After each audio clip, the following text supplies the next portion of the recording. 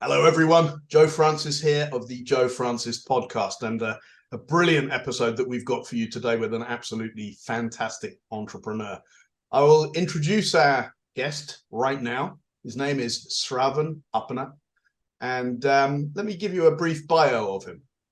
After 30 years of exploring 19 countries, 27 cities, 6 organizations, and 7 sports, Sravan has found the game that is just challenging enough, insanely exciting, and highly impactful. An alumnus of IIT-A and ISB, Sravan built world-class technology products in CRM, billing, Internet of Things, and cloud domains. Then finally decided to dive into the world of entrepreneurship with a determined effort to solve the sticky problem of traffic congestion. A 2-time founder, a true customer evangelist, and purpose-driven product builder, he's created the iTwike for enhanced stability, safety, and accessibility in the electric scooter space. Sravan, welcome to the podcast. Thanks, Joe, for the warm introduction, and warm welcome to everyone listening to the podcast. Thank you very much, Sravan. So let's begin by taking a look at your journey towards entrepreneurship. Some people are born into business families, others are born into a more ordered professional career, and they arrive at entrepreneurship later on. What was your early process prior to getting into entrepreneurship? Tough one right at the start, Joe. So my family, just like a typical Indian family, full of engineers. I have 2 elder brothers who are engineers. My parents, both of them, used to work for BSNL, the leading telecom provider, as engineers. Right. So the blood of problem solving has been there. Right. But entrepreneurship is a really big leap for the family that we have. So, but very glad that I took the plunge. Absolutely. So did you actually begin? I mean, were you sort of more or less guided towards a professional career in engineering? So is that your kind of academic career and your basic guidance from your parents was towards numerous subjects, engineering, with the requisite safety and stability that so many Indian families admire in those kind of career sets? Typically we find ourselves being guided towards the standard popular professional careers of accounting or finance, engineering, medicine, legal, these types of areas. Is that pretty much what your initial mindset was around as well? Yeah, most certainly there is a lot of exposure to that domain, right? Coming from my elders, my siblings. So that exposure has definitely kind of nudges you. There is some kind of pressure to get to that level, where you are financially secure, which is the most easiest, or rather most organic way to get there, right? But I've always been an explorer. I've tried out several different things, several different sports, had a shot at music, had a shot at several elements, but nothing really clicked, nothing really felt like this is what I was born to do, right? But yeah, the gradual way we have been I've been doing throughout the childhood is something, understanding people and trying to solve their problems, right? So problem solving has been the core area. That is what led me, I would say, to engineering. And so you did your first degree in engineering. Did I get that right? IIT? Correct. Triple IT, yes. Triple IT. So which one it's is the that Indian then? Institute of Information Technology. Indian Information Institute of Technology. Information Technology. Okay. And where is that? Ahmedabad. So this is Allahabad. Allahabad. Okay, fine. So you're a kind of a computer engineer. You're a software engineer. And how did you begin your professional career straight after bachelor's? Did you think immediately of going for like masters or anything, or you wanted to actually get working, build up some experience, earn some money? Yes, I had the good fortune of graduating in 2009, which is when the financial crisis had happened, right? Yes. So I got into a couple of programs. One is prominent University of Southern California, and another institute to I was in the path to pursue my master's, but at that point, it was kind of a little bit of a risky move to the US, right? It felt way too much of risk with respect to I had a safe, secure option available post my engineering. I was started my career with a really exceptional company called Amdocs. It Which one? provides enterprise Amdocs. Yeah. Okay. It's a Israeli technology company that is headquartered currently in US. It provides billing solutions, CRM solutions for all the major telecom guys, right? Whether it is AT&T, T-Mobile, right? So all the billing software is being provided by this guy. So it's a really great company to start your career with, right? Plenty of opportunities to work with international audience. Had plenty of opportunity to visit Israel.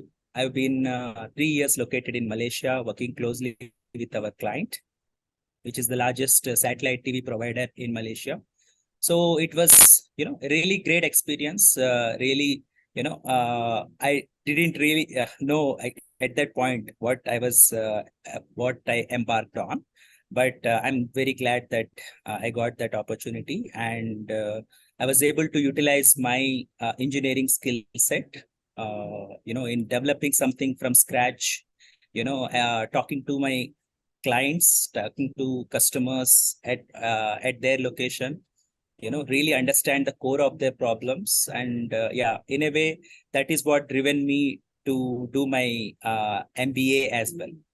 Okay, so you decided to embark upon an MBA about 3 or 4 years into your career, is that right? 5 years, actually. 5 years into your career, okay.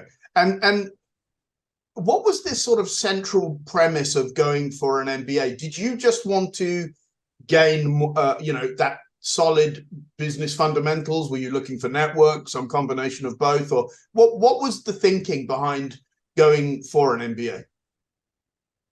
Yeah, so fundamentally, again, as I said, engineering was a happenstance. I was at the right place at the right time to pick it up. Okay, getting into Amdocs again, it was just happened to be. Okay, but being there, as I said, problem solving has been my core skills that I was able to utilize. But having worked closely with client and my senior management at the client side, what I realized is essentially more than solving the problem at hand, picking the right problem is far more impactful, right? So which problem you want to really pick on, which problem will really impact, is determining that is the crux of business. That insight is what really led me to pursue my business education. Yeah. Right. So that was, I believe, like, one of the pivotal moments in my life. I really didn't have any clue on which direction I'm going, or I really didn't have any intention to coming back to India even. But I'm so glad that I did. So after the MBA, then did you go back into an employed status, or did you more or less immediately start to think in terms of your own venture at that stage after leaving? No, definitely. Entrepreneurship was not on the cards as yet. At least for the, yeah, coming out of ISB, it's a very high tuition fee that we Of course. go on. And so that was not at all on the cards. But the lucky part is that I got an opportunity to be a product manager, which has many elements of, which really, preps you up to be an entrepreneur if you get the hang of things, right? So I got a chance to work as a product manager in fintech, IoT, cloud, various domains. So I built products from scratch. It's more of an entrepreneurial kind of a journey. So especially in Indian technology firms, the role of product manager is very, very, it's varied, right? So the expectations from each company is different. There are no strict boundaries to the role. So it's a tough thing to really excel at. Okay. But if you just want to float around, it's a to be. But luckily, I got to work with quite a few exceptional folks that really helped me get a hang of things, how to understand customers, how to prioritize the billions of requests that we come across, right? So yeah, that was a good stepping stone for me.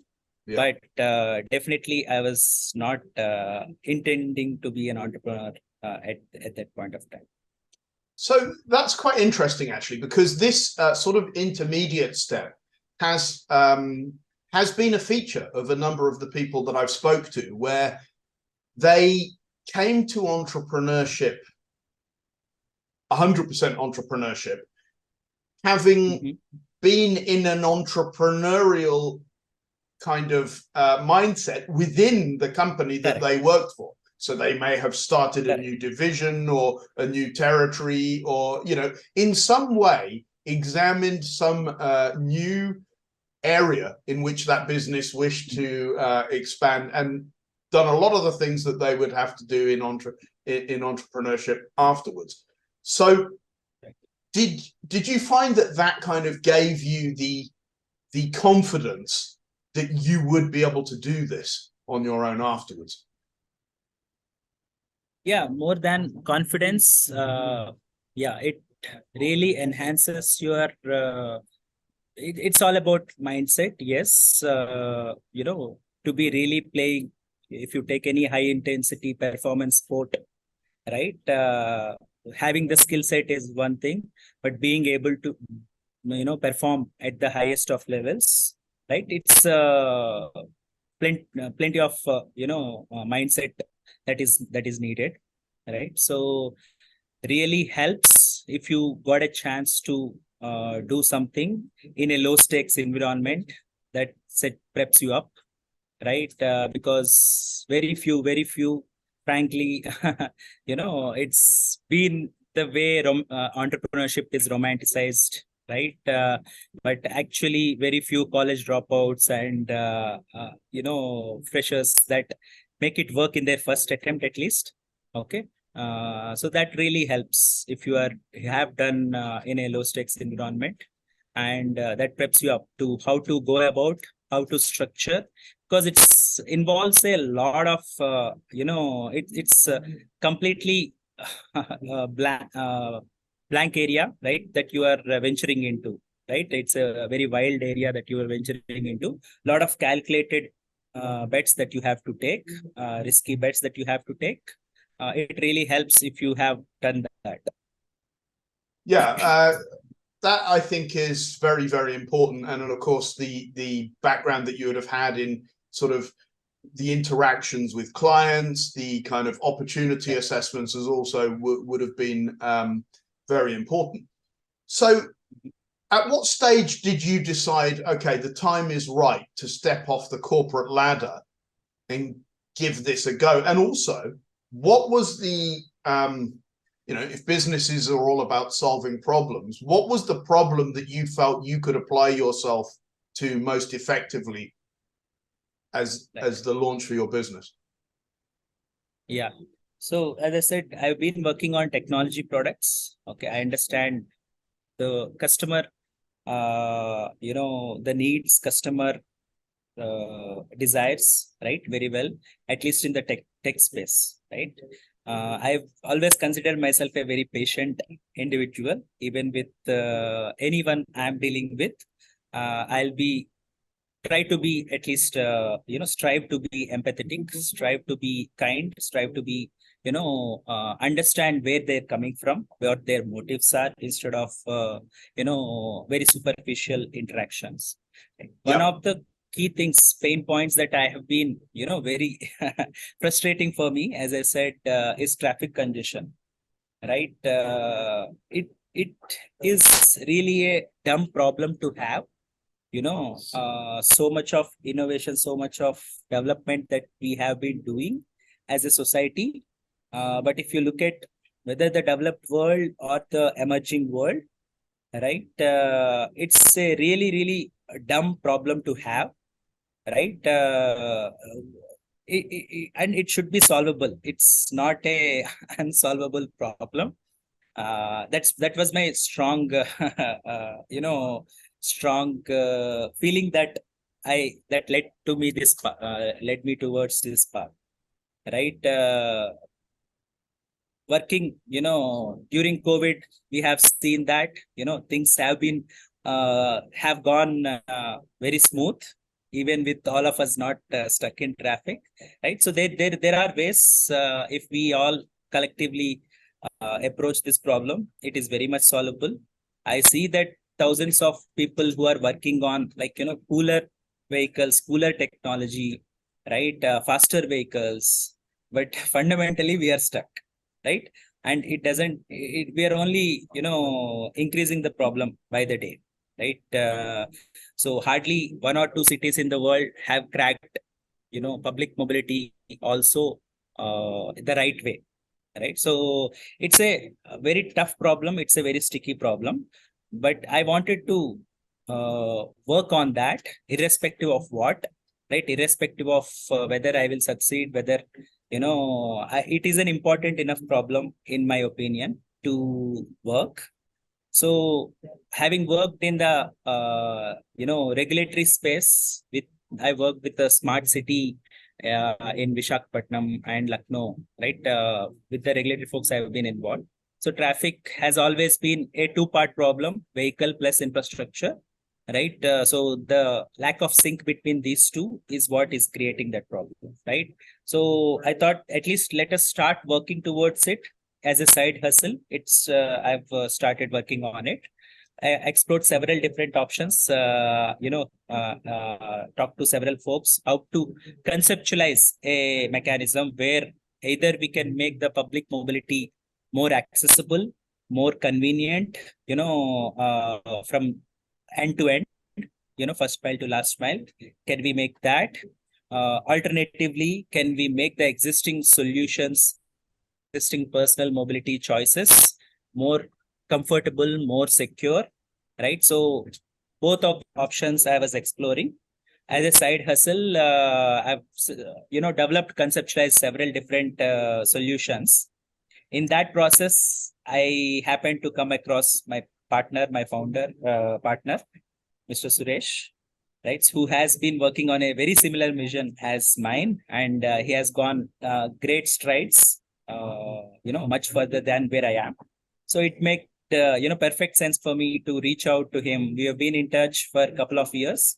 Before I approached, I just wanted to contribute to this mission, and he was looking for someone to offload some of the elements from his hands, right? So it made perfect sense for us both to come together.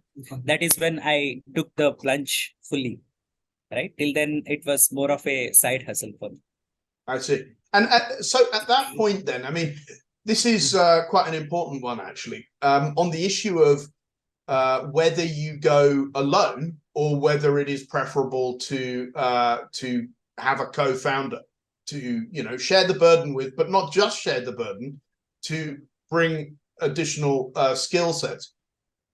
What was your thought process on that? Yeah, it's pretty, it was a no-brainer for me, right? Yeah, for many folks who are actively looking, yes, searching for a co-founder is possibly more difficult than searching for a soulmate. Yeah. Right. Yeah. And in some ways it is more important as well. Right. So there's a lot at stake. But yes, this journey is not something that you can accomplish alone.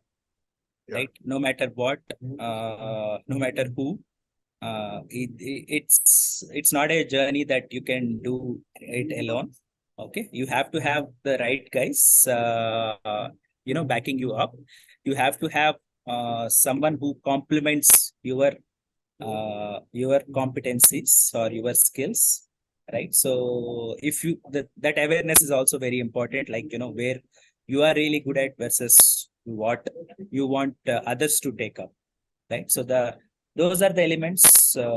Definitely, finding the right guy is most important thing, much more important than capital, much more important than the product that you are trying to build.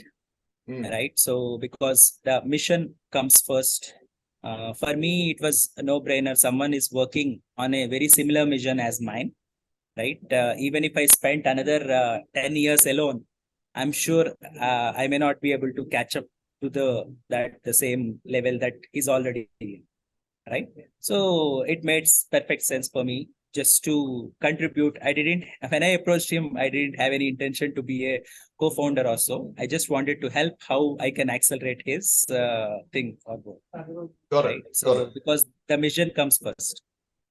So in terms of this vision, then, we've identified what the problem actually is, which is around, congestion in mass transport. So is the play here a kind of public-private infrastructure? That is definitely on the cards.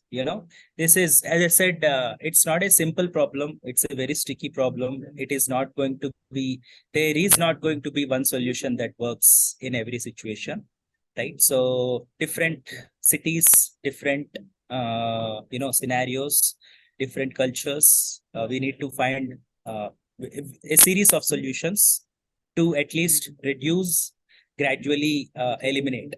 Right. So I hear this one of the TED Talks, right? The amount of volume of blood that flows in our veins, right? In our arteries and veins, it's far more than the amount of transport that we do, right? If you look at, our blood vessels and all, it's much more, right? Fundamentally, but even one traffic congestion over there, it's a matter of life and death, right? So this is nature has its own solutions, right? So fundamentally, it's three-dimensional, whereas our traffic is stuck in two dimensions, right?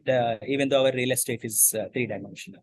So there's several ways to solve those problems. One is the boring way that Elon Musk is trying to build, possibly for the US or perhaps even for Mars, right? The tunnels for the cars is one way to go three-dimensional, right? But again, it's a solution that is not going to be able to replicate in the emerging world, right? There simply isn't enough infrastructure possible or the land available to make that work for every person going in a personal car, a very bulky car, even with all the tunnels that are there. So what is the solution that can work in Indian cities?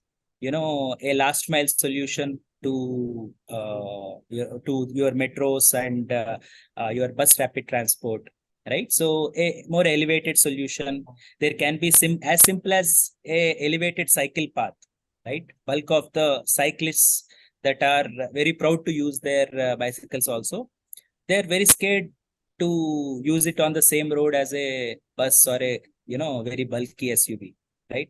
If there is a very lightweight infrastructure that can take cyclists from one point to another, I'm pretty sure we'll have many more people taking up cycling as not just a hobby, but for their commute as well. Right. So that is one way to approach that problem. There is other ways, like there is lightweight infrastructure that is possible, like cable cars and similar solutions that are.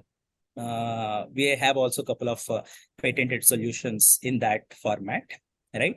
So they are much more easier to penetrate in narrow urban cities, right? Much more low capital intensive than a metro.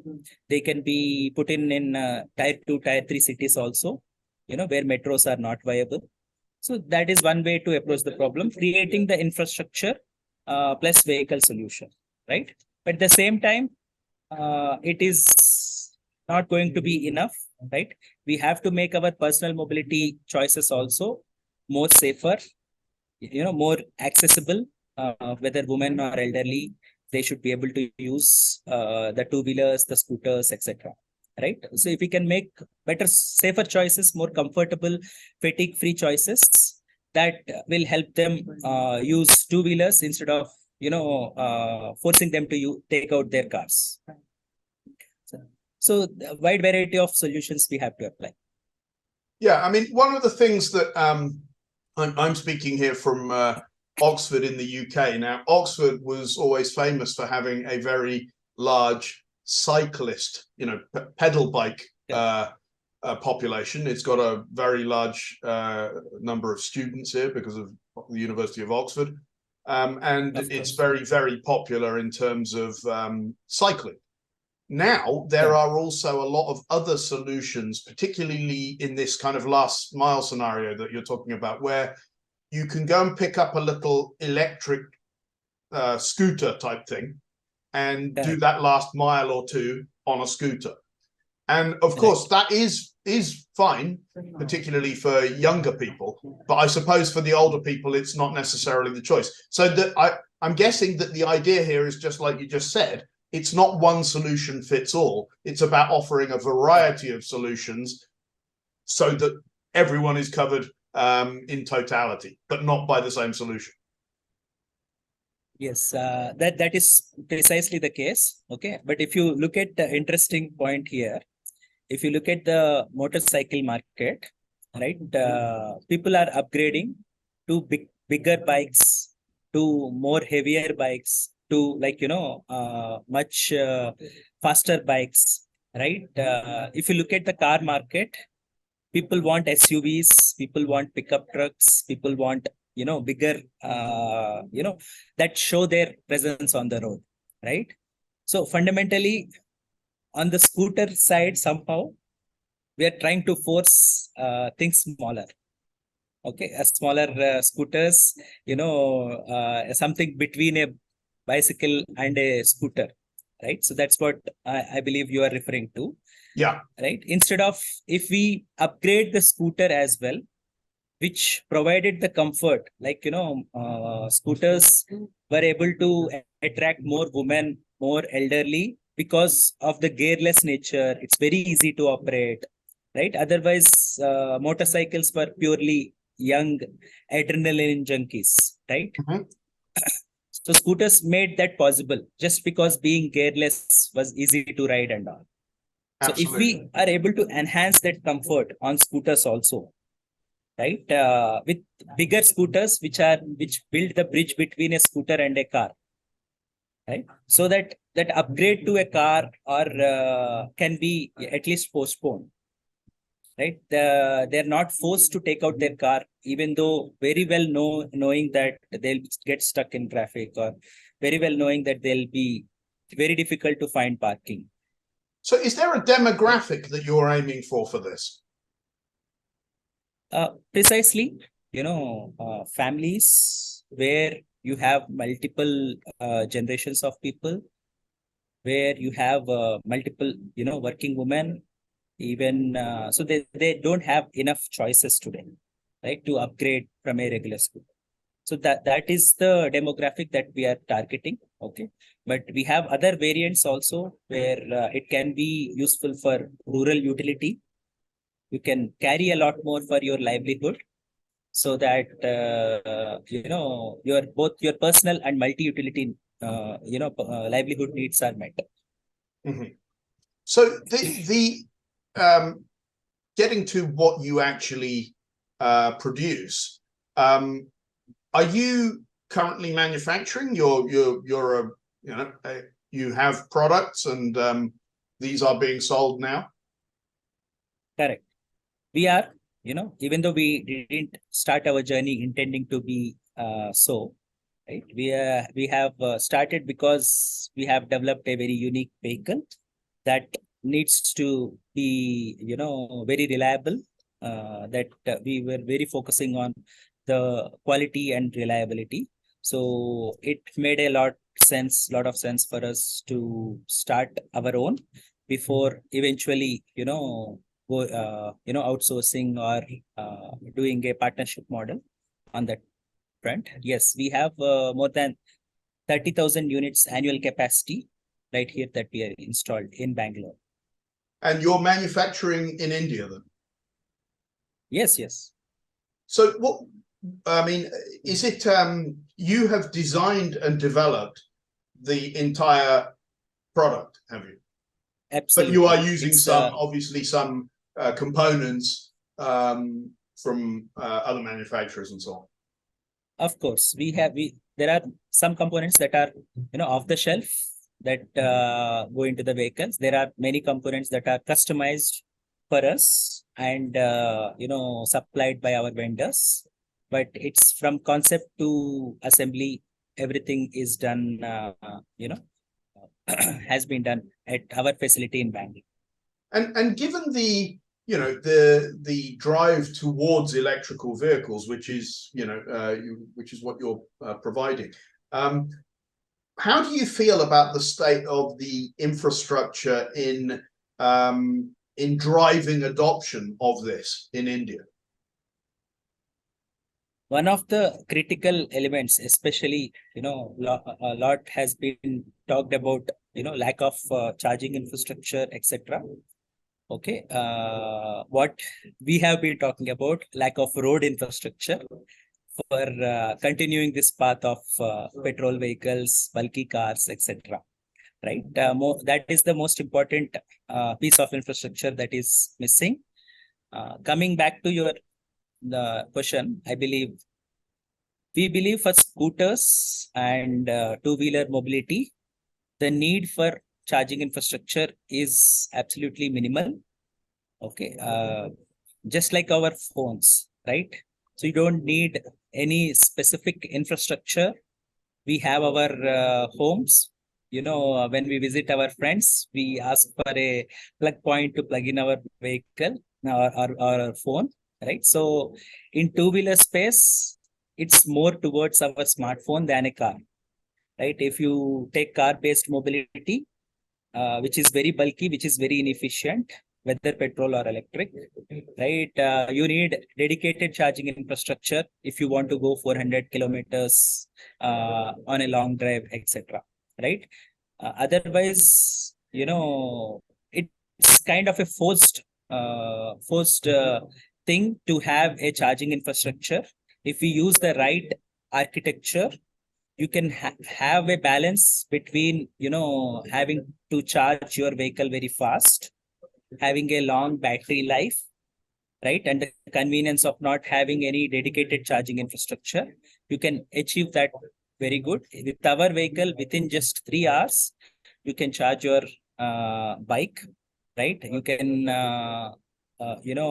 stop by at a restaurant for your lunch or dinner. You can get a top-up charge, right? You don't need a specific charging infrastructure.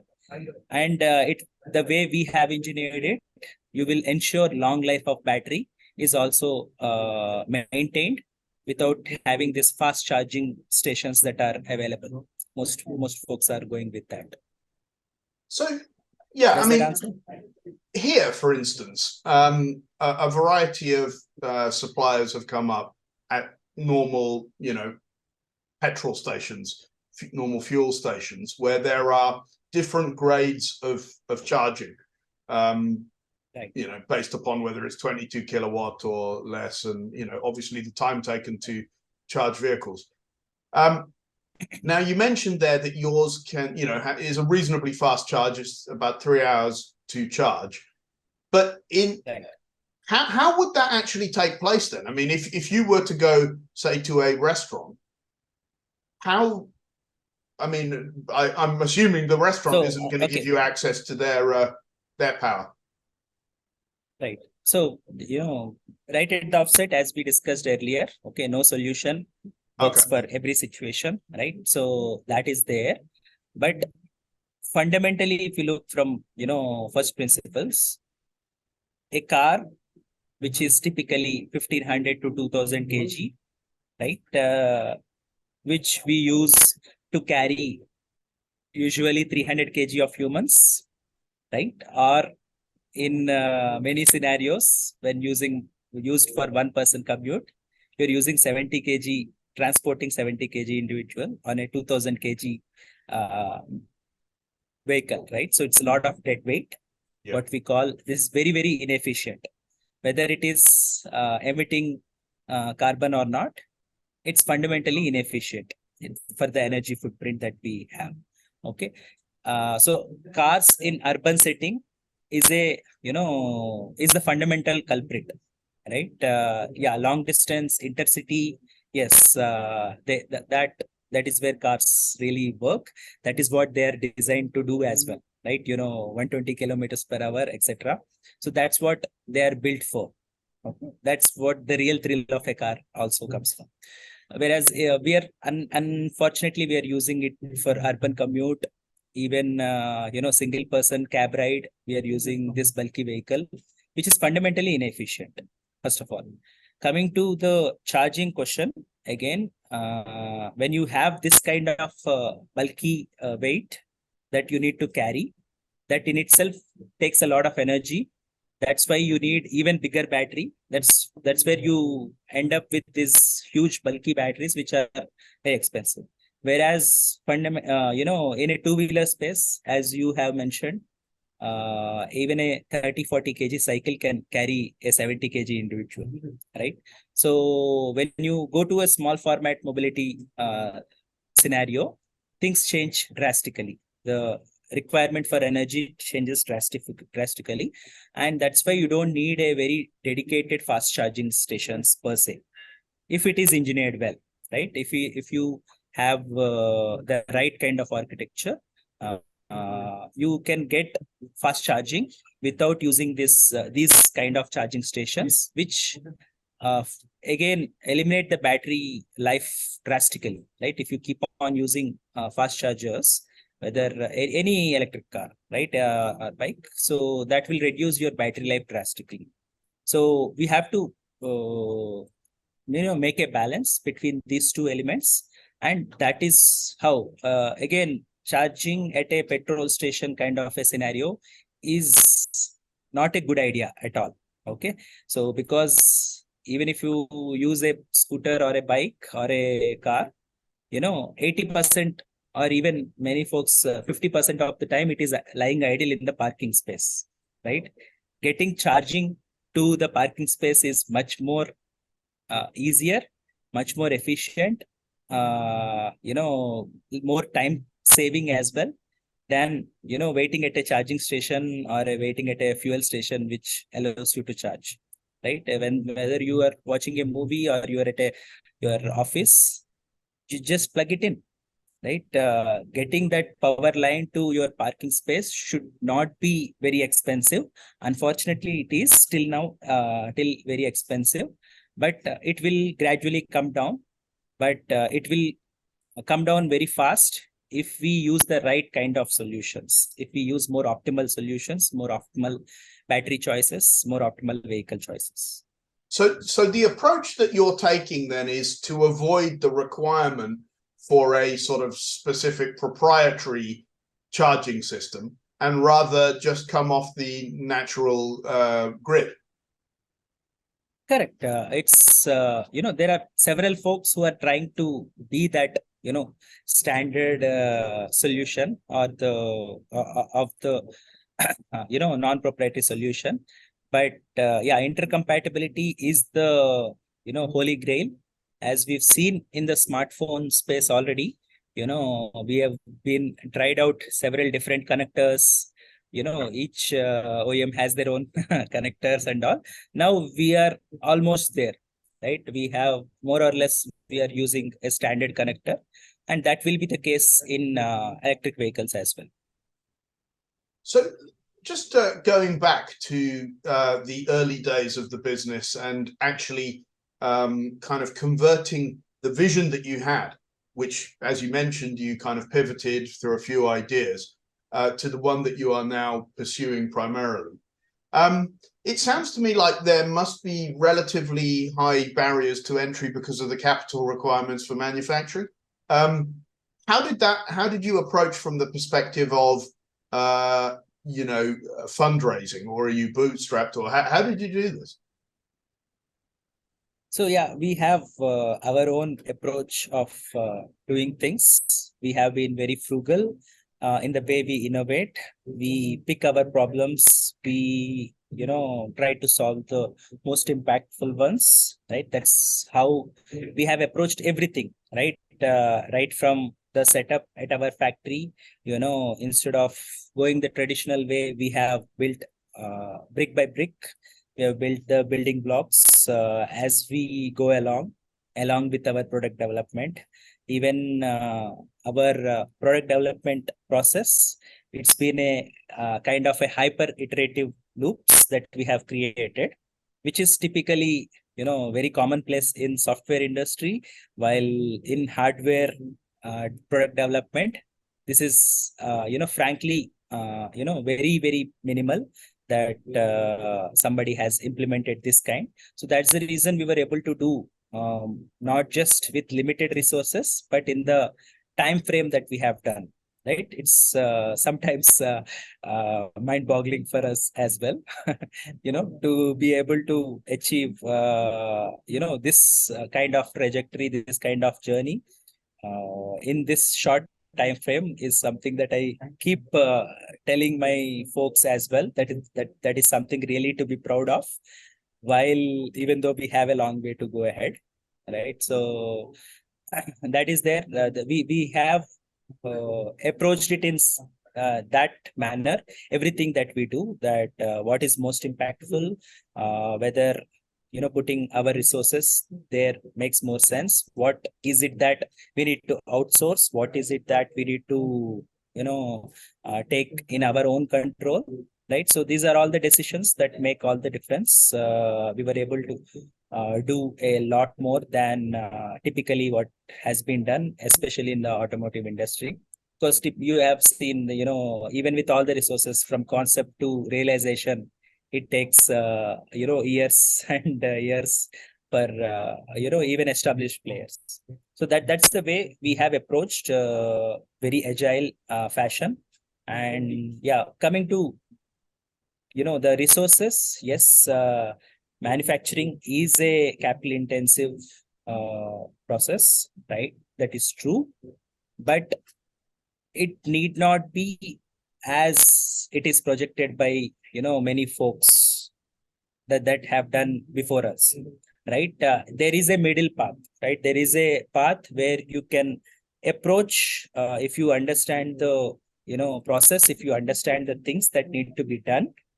There are ways to do it's essentially about picking your battles. What needs to be done by you have to get it done.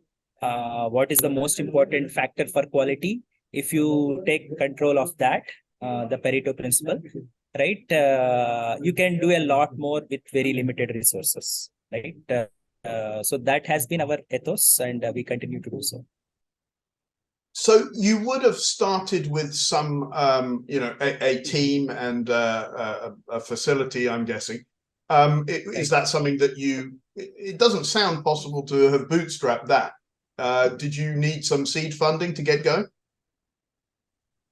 Yes, as I said, this team is not something that we built for this project from scratch. We were in the public mobility space. We won grants from Niti Aayog. We won multiple awards for our public mobility solution. That was started as a R&D project in my partner's earlier venture. Got it. Right. So that team has been working on a lot of technologies that we implemented in the personal mobility space as well. Right. So that we had a head start with respect to that. During the COVID, we have decided to pivot and enter the personal mobility space, utilize the team's competence and the setup that we have created, and we have taken it forward from there. So in India, you operate from Bangalore, do you, or do you have other locations as well? No, only Bangalore from R&D to assembly. Okay, and then what's the kind of how does the distribution model look? So distribution is something that we are working currently on. Okay, so till now, 99.9% of our energy, effort, resources have been focused on engineering, the quality, reliability, durability elements. Right now, we are working with multiple, potential distribution partners, both both in India as well as outside. We are working with someone in Malaysia, someone from Spain. We have inquiries from right from Peru to Pakistan. So we are trying to set up these channel partners. We are very picky about the kind of guys we want to work with. Right, so they should share our mission, they should share our principles and ethos. So from that we will take it forward. But we have done it in such a way, our manufacturing, our product design is also in such a way that it's very modular, just like your IKEA flat packing, what you call, right? So we are building it in such a way that very modular, so that it can be assembled very close to the customer premise, right? And can be serviced much more easily, without much hassle. So you kind of envision a relatively localized approach eventually, as as distribution expands internationally. Correct. That's been our goal. More than going, mega factory and giga factories, we want to build, thousands of micro factories where you can do right from assembly to servicing to customer experience. Everything can be done localized, and any customizations that need to be done for the local markets, we can do it much more easier than supplying from elsewhere in the world. Right. So our core competence is on the elements, the product development, the branding elements, right? We want to support the local players with respect to those elements, how to provide better customer experience rather than, building a ultra behemoth brand. We want to create thousands of brands. Oh, I see. Okay, fine. So ultimately, this may be kind of white labeled as well. Then, is that correct?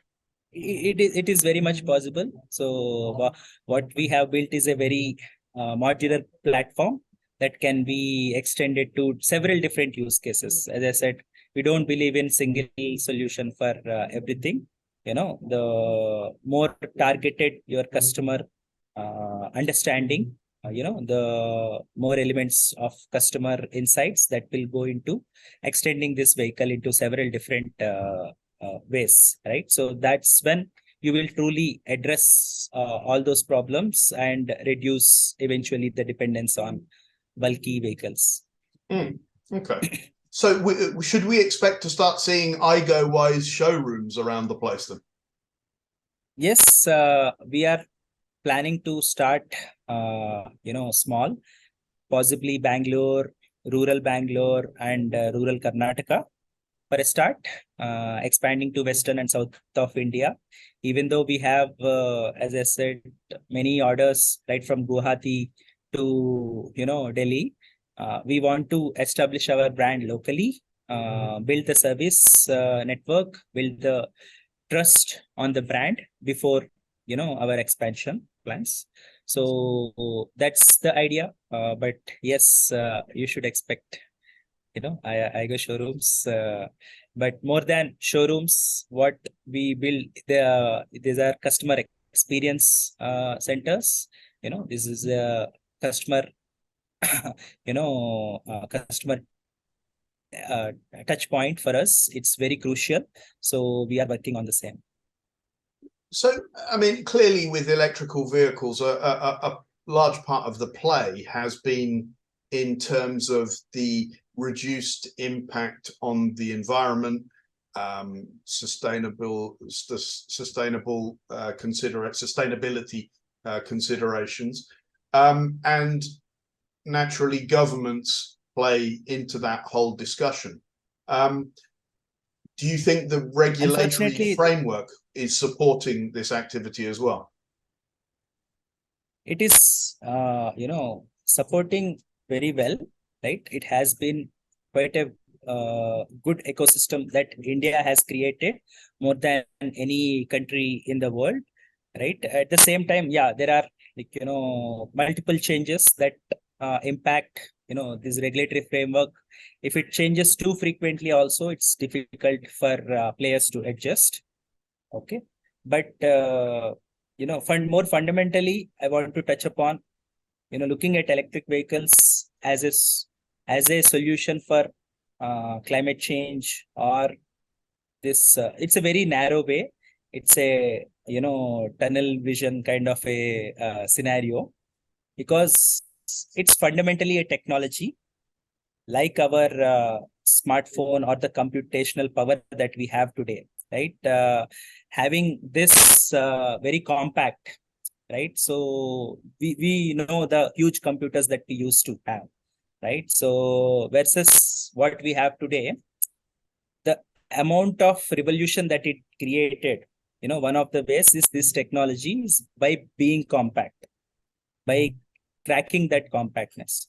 So if you utilize the EV as a technology, there is a lot more that is going to happen than simply climate change, which is very important problem to solve, but it's still one problem to solve, right? If you look at the overall picture today in emerging world, just in India, two-wheelers are 30 times more prone to fatality during an accident, right?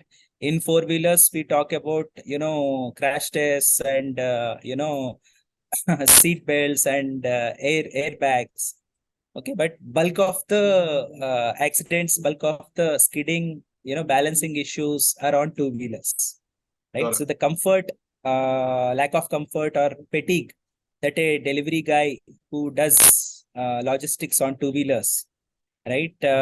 It's phenomenal. It's unbelievable, right? He'll get burned down very, very fast if we continue to do, logistics on vehicles that are not designed for that, right? So if we address those problems, right, this part will be automatically solved. Even if you look at Tesla, if they didn't sell the consumer or the climate change part of it, they made it cooler to own that kind of vehicle, right? Insane It's the mode. only way, right? That's the only way to work, because these guys may not care about future, right? Because they have problems of today. So if we cannot solve the problems of today, it's very difficult for them to ask them to care about the future and these elements. Valuable point. Very valuable point. And a fascinating discussion. Well, it sounds like you've really got this thing going, and there's looks like a lot of plans in place for expansion within India and internationally. What would be your final points for entrepreneurs who maybe like you began as engineers but have a vision in their mind to move towards entrepreneurship? What would be your overall kind of learnings for them to take away from this discussion? See, today, unlike few years back, Now there is too much guidance available, too much information, too much mentoring that is available for entrepreneurs on what to do, what not to do. So many coaches, so many folks who are so I wouldn't dare go in their domain. But fundamentally, I would say entrepreneurship, for me, leadership or this boils down to empathy, right? It boils down to parenting, right? If you can be responsible for a another human without expecting anything back, right? So that's when you really excel. That's when you can you truly create impact. We don't expect anything out of our children, but truly care about uh, how they progress, right? So it's the same ethos that I apply, whether it is my customers, right? It's not about what they are asking for. It's what I believe is really good for them, what is a good platform for them, right? So that's the way to approach. Even it's the same is the case with my employees, right? They may have a number of demands. It doesn't mean I will fulfill all of those, but what is truly impactful, what is truly good for their progress is what I keep thinking. I may not have all the answers, but that is what I keep thinking. Yeah, same is the case with my investors. What is good for them in the long run is what I strive to do, and that is something we have to inculcate, right? Entrepreneurship, it's very difficult journey. It's a very confusing journey. If you are there, with the sole purpose of money making, which is money is important, but if it cannot be the sole purpose, otherwise it will hit you very hard. Right? Yeah. It's a side benefit that really helps. A brilliant summary. Well, to all of the viewers, I hope you enjoyed that discussion with Sravan Appana. If you want to find out more about his business, I Go Wise, then I guess it's igowise.com. Yes. Thanks a lot, everyone. Yeah. Hope and you. I just want to say thank you very much to Sravan. That was a brilliant discussion. And to all of the viewers, if you've enjoyed what you've seen today, as well as the other interviews on this channel, please do consider hitting like and subscribe. Write your comments in. Let us know what you're thinking and what you'd like to see in the future. So Sravan, thank you very much once again for this interview, and we wish you all the best with your venture. Thanks, Joe. Really glad that I got this opportunity to be here. You had grilled very poignantly, and thanks a lot, all the viewers, for giving this opportunity. Have a great day. Thank you.